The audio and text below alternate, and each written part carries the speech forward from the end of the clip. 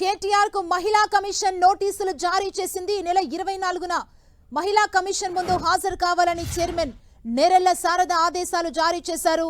మహిళలపై చేసిన అనుచిత వ్యాఖ్యలకు వివరణ ఇవ్వాలంటూ కేటీఆర్ కు నోటీసులు ఇచ్చారు.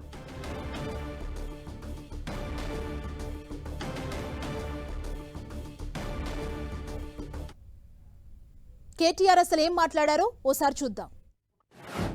నేను మా సీతక్క చెప్తాను, అవు బస్సులు అల్లం వెళ్ళిపోయారు తప్పని మేము ఎక్కడన్నాం అక్క, మేము అనలే కాబట్టి దానికోసమే బస్సు పెట్టిరని మాకు తెలియక మేము మామూలుగా నడిపినాం ఇన్ని రోజులు. మాకేదో తెలియకపాయ పాపం, మీరు అప్పుడే చెప్తే బాగుండు.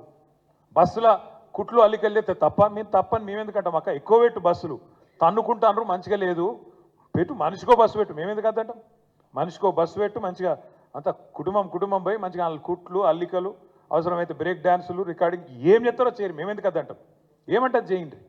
కానీ ఇట్లా ఈ రకంగా బస్సులలో కొట్టుకునే పరిస్థితి ఎప్పుడైనా ఉండేనా? కేసీఆర్ ఉన్నప్పుడు సీట్ల కోసం కొట్టుకున్నాడు, సిగలు పట్టుకున్నాడు, గుద్దుకున్నాడు, ఎన్నెన్ని చూస్తున్నాం కొత్తవి.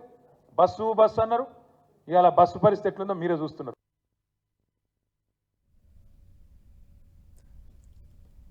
ఇదే అంశానికి సంబంధించి మరింత సమాచారం మా ప్రతినిధి కిరణ్ మనకు అందిస్తారు. కిరణ్, తెలంగాణలో ఉచిత బస్సు ప్రయాణం సంబంధించి బీఆర్ఎస్ వర్కింగ్ ప్రెసిడెంట్ కేటీఆర్ చేసిన వ్యాఖ్యలపై నిన్న మహిళా ఉమెన్స్ కమిషన్ సుమోటోగా స్వీకరించింది. ఈ విషయం సంబంధించి కూడా చాలా సీరియస్ గా పరిగణిస్తాము. ఈ మహిళలకు సంబంధించి కించపరిచే విధంగా ఉన్నట్టు కూడా చెబుతూ మహిళా కమిషన్ ఆయన చేసిన వ్యాఖ్యలను ఆధారంగా సుమోటోగా తీసుకుంది. ఈ వివరాలకు సంబంధించి ఉదయం నుంచి కూడా కొంత దుమారం చెలరేగుతున్న నేపథ్యంలో తాను చేసిన వ్యాఖ్యలకు సంబంధించి మహిళలు కొంత కలత చెందితే తాను క్షమాపణ చెప్తున్నాను, విచారం వ్యక్తం చేస్తానంటూ కూడా అక్కా చెల్లెలను కించపరిచే ఉద్దేశం తనకు లేదంటూ కూడా ఈరోజు ఉదయం కేటీఆర్ కూడా ట్వీట్ చేయడం జరిగింది. తాజాగా నిన్నటి సుమోటో నేపథ్యంలో కూడా ఈ నెల 24న కేటీఆర్ వ్యక్తిగతంగా కమిషన్ ముందు హాజరు కావాలంటూ కూడా కొద్దిసేపటి క్రితం ఇటు తెలంగాణ మహిళా కమిషన్ కూడా నోటీసులు జారీ చేస్తున్న పరిస్థితి కనిపిస్తుంది. దీనికి సంబంధించి కూడా